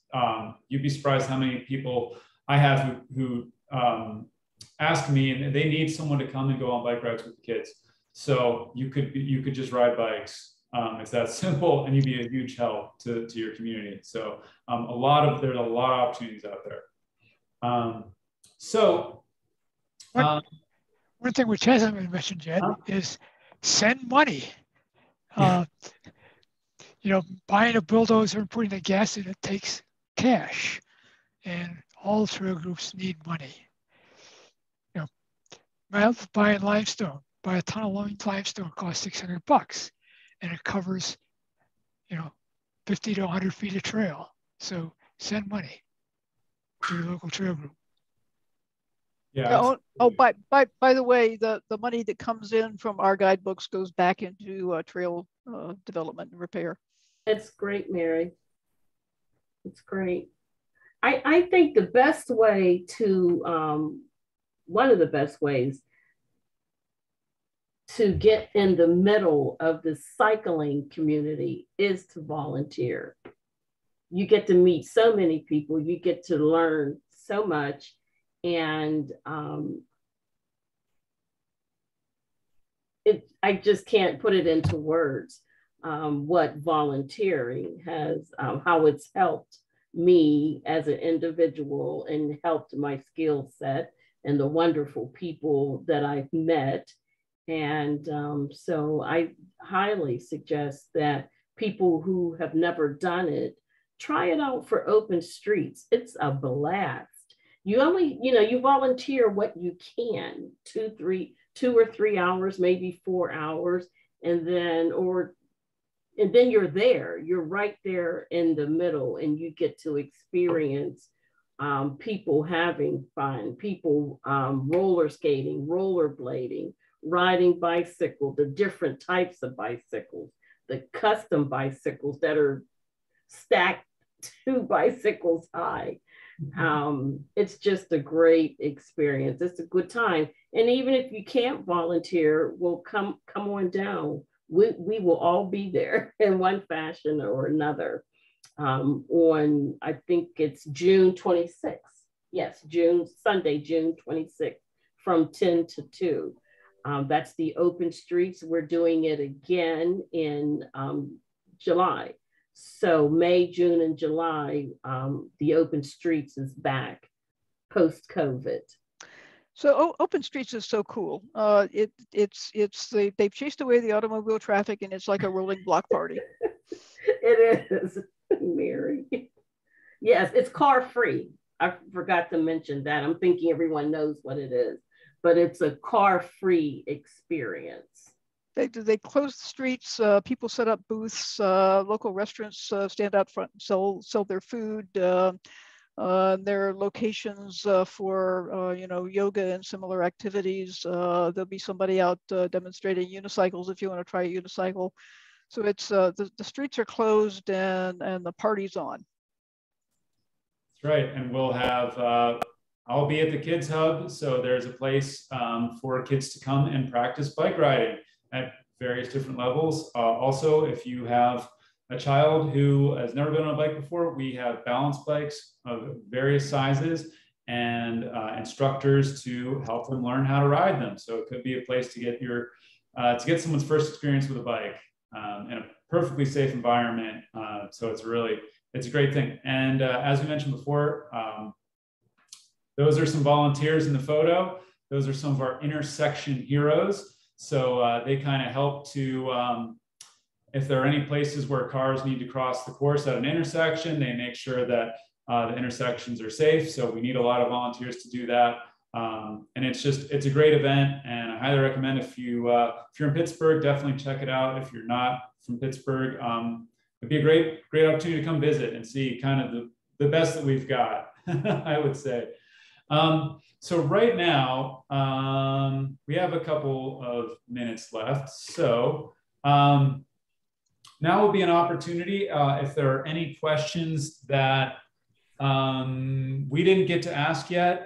If you want to chat them out, or if you want to unmute yourself and just ask our panel directly, now's a great time to do that. If you want to just say hello, you can do that too. But we'll do that for the next 10 minutes or so, as long as, less if people, aren't feeling very talkative. It's getting late.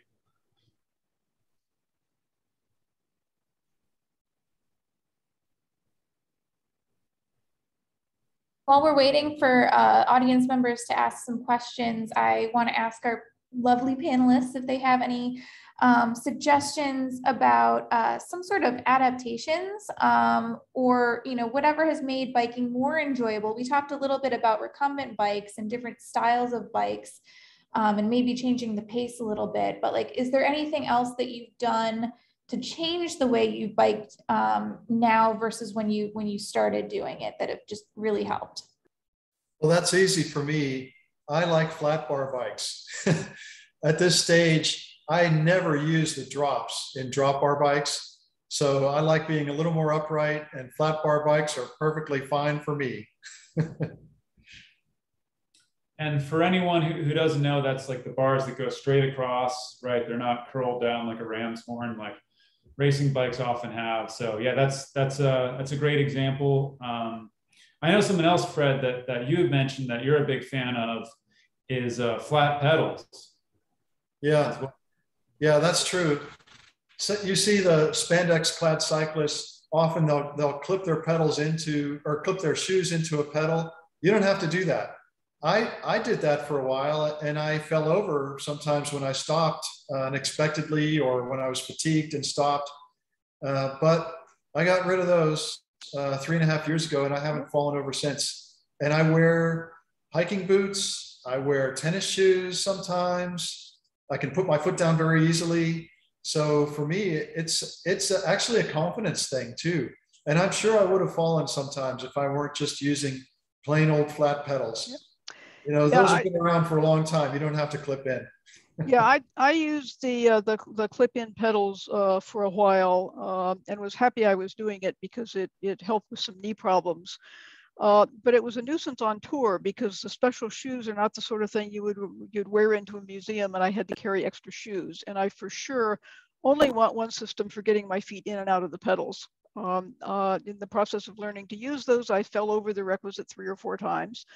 And so I used them for a while happily, and then I decided that between the commuting and the touring, where I really didn't want to use them, that I should get rid of them so that I only have one way of attaching my feet to the pedals or not. And I always can get out the same way in an emergency. My current attitude about cycling excursions is every ride's a training ride. I'm not trying to be out there as a performance cyclist. Sometimes I park my bike and just sort of wander off, and that's okay. And I can do that when I wear hiking boots or whatever with flat pedals. I do see we had a question about seats, and other people will have opinions about this, but I'll just point out that a bike fit is a good idea, and seat fit is a part of a bike fit. And you can measure your own distance between sit bones and try to get a bike seat that fits that. You can also do that with tin foil that you sit on. But a bike fit is a pretty good idea, actually, I think, if you think you might be on a bike for some period of time. But I'll turn it over to other people with suggestions. Yeah, I would second that. I'm not a big fan of the really tiny hard bicycle seats, but I'm definitely not a fan of the big plush 3 inches of foam seats. Thing about the foam is that you sit on the foam seat and your hard parts compress the foam, and now you've got foam on the soft parts. And what you're really looking for is something that will support your hard parts and leave your soft parts unmolested. Yes. So yes, so I'm currently using a Terry saddle that has a little bit of padding in it. I used Brooks saddles for a long time. They're leather, but they conform, and there are a lot of fans of Brooks saddles. For me, what I do to keep in shape is to ride with people faster than I do. That ride faster than I do. So yes, I like to ride with the groups who are faster. It kind of keeps me on my toes. I see we have someone that has a question. Myrna has a question. Your hand is up.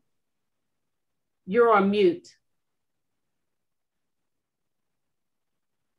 Can you hear me now? Yes. Okay, good. I noticed that Bike Pittsburgh had an online class about safe riding in the city, but didn't appear that there was any practical application or any live training as far as that was concerned. Do you see that coming up in the future? Some organizations do some completely online classes for instance, the safe cycling class that smart cycling class that Fred had mentioned. Like Pittsburgh currently is trying to do those classes in person. It's called Confident City Cycling. And we're in the process of scheduling more of those. We just think that in person is the best way to learn.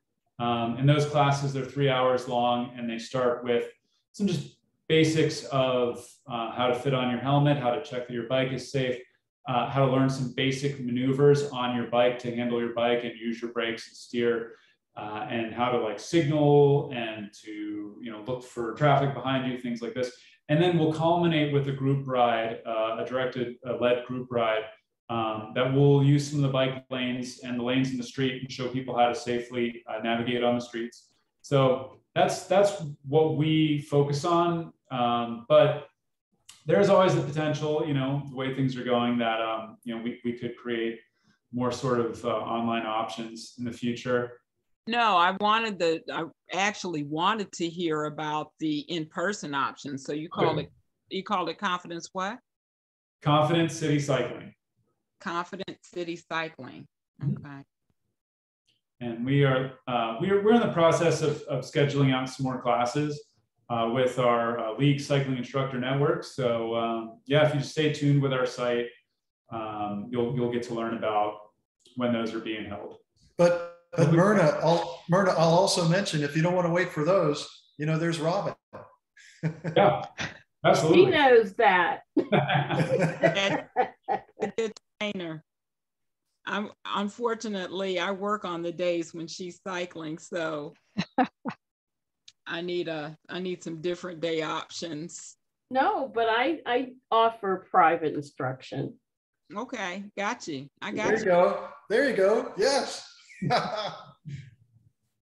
And you can also send me an email too, and we can also potentially talk about what options we have, from Bike Pittsburgh. So there's options. We got a lot of good people out there who can help you out. Thank y'all.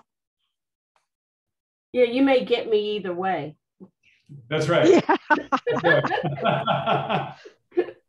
Subcontracted. I tell you, if for those of you that didn't see the chat, I mentioned earlier that Robin, I'm 60 something, and I had a stroke, and when I was able to move around a little bit, and I actually had a bike that I didn't know how to use, and I have only ridden very minimally as a child, less than a year as a child. So I tried to go out with my husband. I was just terrified, and Robin was training to get her her certification as a coach, and she took me out, and she got me from terrified to a 15-mile ride in 5 weeks. That's a great testimonial. Thank you, Myrna. That's great. From Western Penitentiary to the park in Millvale, Yep. and back, and it was, Robin's amazing. That should be encouragement for a lot of people. Very good. I feel like that's the quote on your movie poster, Robin. Thank you. Terrified to a 15-mile ride In 5 weeks. 5 easy steps. Actually, I think it was less than 5 weeks. I'd say about 3. And we even went to North Park. Yeah, I counted them. I counted them. It was the first week was cones, and then that the trail, the jail, is it the jail trail that's right there on the Allegheny River? Yeah, the Eliza Furnace Trail. Mm-hmm. No, that's on the Mond. The Allegheny River is the North Shore Trail. The North Shore Trail, right. And on from there.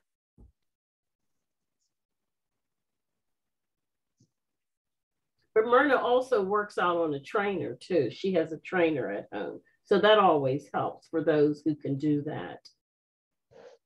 Well, we did. We just took we only have 2 bikes, and so we took it off the trainer. We're outside now, but it does help.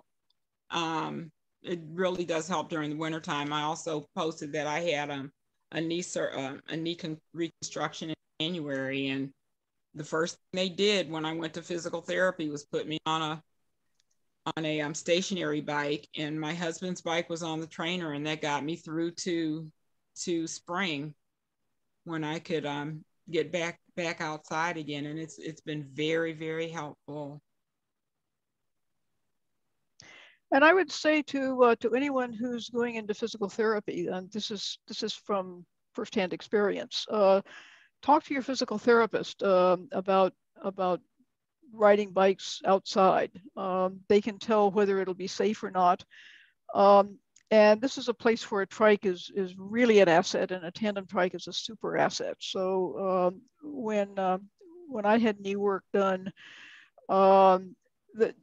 doctors are always, you're going to ride a bicycle, you're going to fall off and break up all the stuff that I've done. But the thing about a trike is that getting off and on is completely separate from going and stopping, and the trike's not going to fall over on you. And so I took a picture of the trike to my physical therapist and said, so look, what can I do here that's going to help my rehab and isn't going to put me at risk? And basically she said, go ride it. Now this was the tandem trike, which meant that I didn't even have to worry about getting home, because Roy, bless his heart, was also riding it, which meant that if I started fading, that we could just head back home and he could do the work. So if you're in physical therapy, don't just wait for the physical therapist to tell you what to do, but talk to the physical therapist about how you might incorporate your bicycle in the therapy.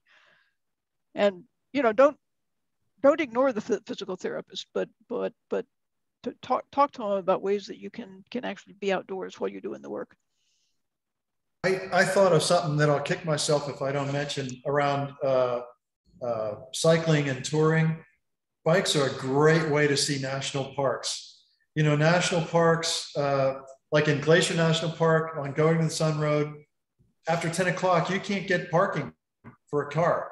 Bikes are just a great way to see national parks. And that could be a great goal for someone to be able to cycle in Zion or the rim of the Grand Canyon or another national park. It might be a reason to get on a bike. Closer to home, near the C&O Canal is the Antietam Battlefield. The Antietam Battlefield has a car route, but the car route is a really marvelous bicycle route. And it's easier to stop and read the interpretive signs from a bicycle than it is from a car. You'll appreciate the battlefield much better from a bike. I completely agree with that. You're probably also moving at a pace that would have been more like what the soldiers did in the battle as well, right? Well, at least maybe the ones on horses. But yeah, I mean, and it's a great way to beat congestion when you're traveling into any of these sort of like parks that may have a lot of cars queuing up to park, and just being on a bike, just, I don't know, to me, it makes these experiences a lot more relaxing. You can actually focus on the thing that you want to be a part of, as opposed to parking your car and idling and all of this.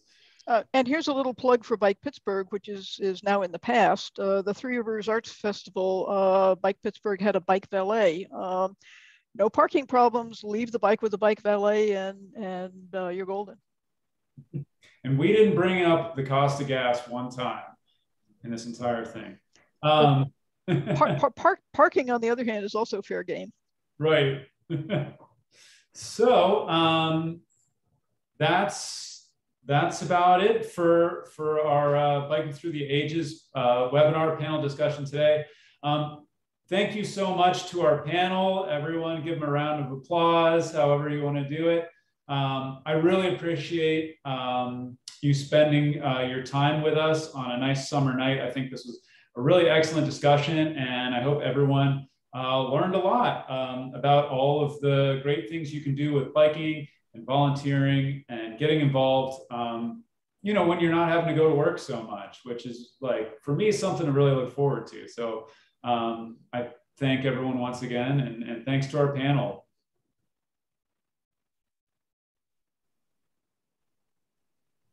It was quite the pleasure, and I hope to see everyone soon. Thanks, yes, thank you, and we'll see you all on the trails. All or right. by Rovens Place streets. Take care. Take care, Fred. Thanks a lot.